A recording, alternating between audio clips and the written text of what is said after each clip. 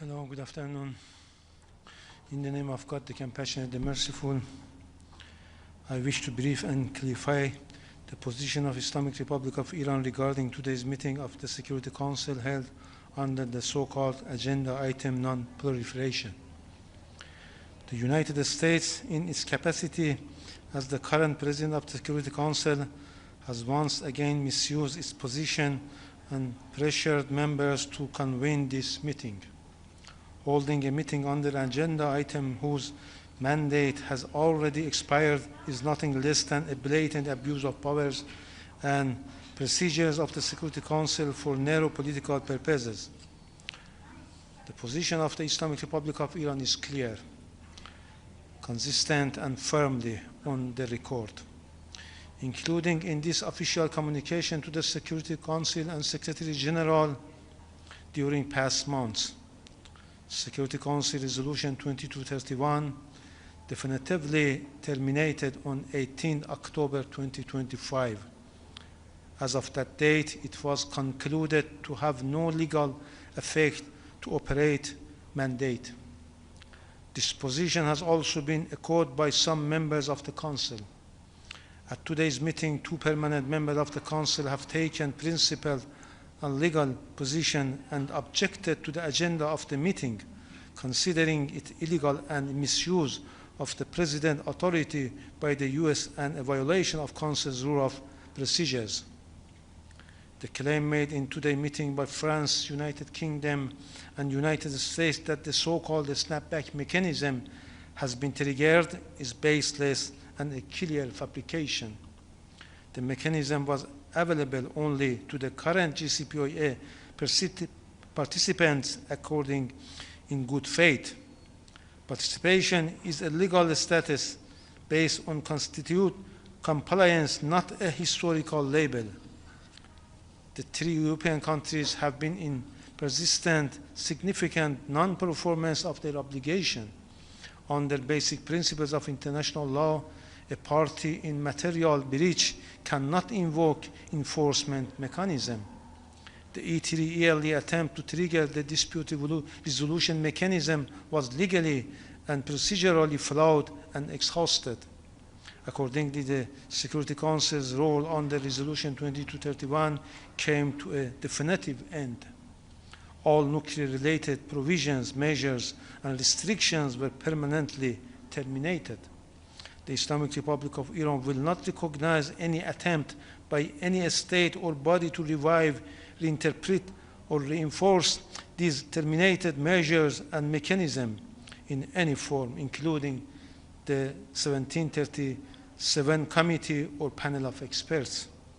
During today's meeting again, the representative of certain Western members of the Council made baseless claims and deliberate misinformation regarding Iran's peaceful nuclear program, Iran's defensive capabilities seeking to instrumentalize the Security Council for narrow political ends.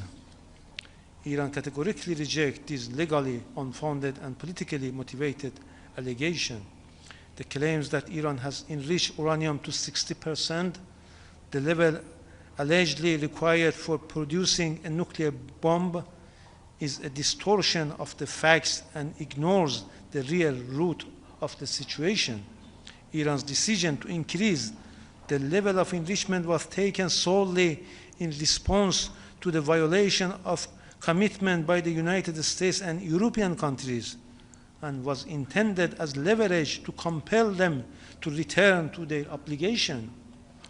Iran measures were lawful and explicitly permitted under the JCPOA.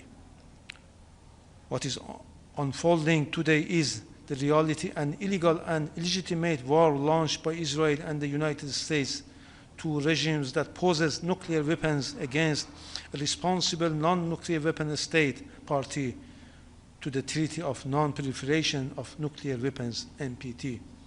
Since 2003, more than 20 years, Israel has repeatedly alleged that Iran is on the verge of acquiring a nuclear weapon, despite the IAEA reports over the years consistently contradicting such unfounded allegation. Based on These very lies, the United States, a nuclear weapon state and the depository of the Treaty on the Non-Proliferation of Nuclear Weapons in June 2025, attacked and bombed a responsible non-nuclear weapon state whose peaceful nuclear facilities were fully under the safeguards of the agency. This illegal act constituted a clear violation of the UN Charter, the principles of international law, the IAEA statute, the agency relevant resolutions, and the NPT, which the US is a depository. Iran's nuclear program have always been exclusively peaceful. It was subject to the most extensive and intrusive verification regime applied to any non-nuclear weapon state. No other state undergoes such a volume of inspections and scrutiny. Yet Iran is penalized, while those who attack safeguard nuclear facilities are excused. This is the clearest manifestation of double standards, and it is precisely this hypocrisy that undermines the credibility and integrity of the global non-proliferation regime. The claim that Iran walked away from the nuclear talks is simply untrue. Iran has never abandoned diplomacy.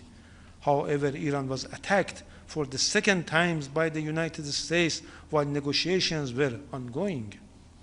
The fact alone exposes the absence of good faith on the part of the United States. In reality, Iran's pursuit of diplomacy was met with aggression by the United States and Israel. Now, I would like to say a few words about yesterday's Security Council meeting, which resulted in the adoption of an unjust, biased, and politically motivated resolution. At yesterday's meeting of the Council, the United States once again abused its position as President of the Council in an attempt to push through a completely political, one-sided, and unjust resolution against Iran. But the fact is clear. Over the past 2 days, many of the so-called co-sponsors of the resolution were subjected to political pressures to secure their support. While the root causes of the current tension in the region is clear and undeniable, the so-called resolution deliberately ignored it. Instead of condemning the main aggressor, the United States and the Israeli regime, it seeks to condemn the main victim of this illegal and illegitimate war of aggression. Yesterday was a shameful day for the Security Council. Those members, especially Westerns, who constantly assert their commitment to protecting civilians, especially children, prove that these claims are little more than empty rhetoric. They were unwilling even to condemn or express concerns over the heinous crime committed by the United States and Israel against innocent people in Iran, including the massacre of 170 girls students at a school in Minab, Iran. During yesterday's meeting, Iran made it clear that resolution is basically inconsistent with the Charter of the United Nations and with international law. The text does not refer to the real source of the tension in the region, namely the war of aggression illegally and illegitimately launched by the United States and Israel against Iran. It does not call upon the aggressors, the United States and Israel, to halt their unlawful attack against Iran. Instead, it demands that Iran refrain from exercising its inherent right to self-defense to protect its sovereignty, territorial integrity, and vital interest. Such a demand is unlawful and entirely contrary to the Charter and international law.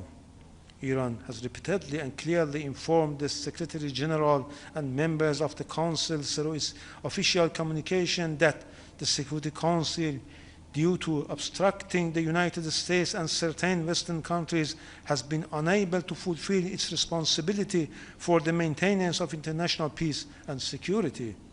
As long as the Council fails to discharge its duties, Iran has no choice but to exercise its inherent right to self-defense under UN Charter and international law.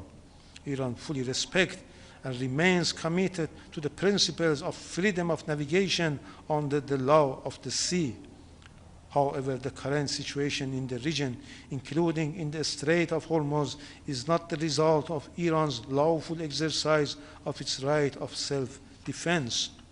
Rather, it is the direct consequence of the destabilizing actions of the United States in launching aggression against Iran and undermining regional security. I thank you.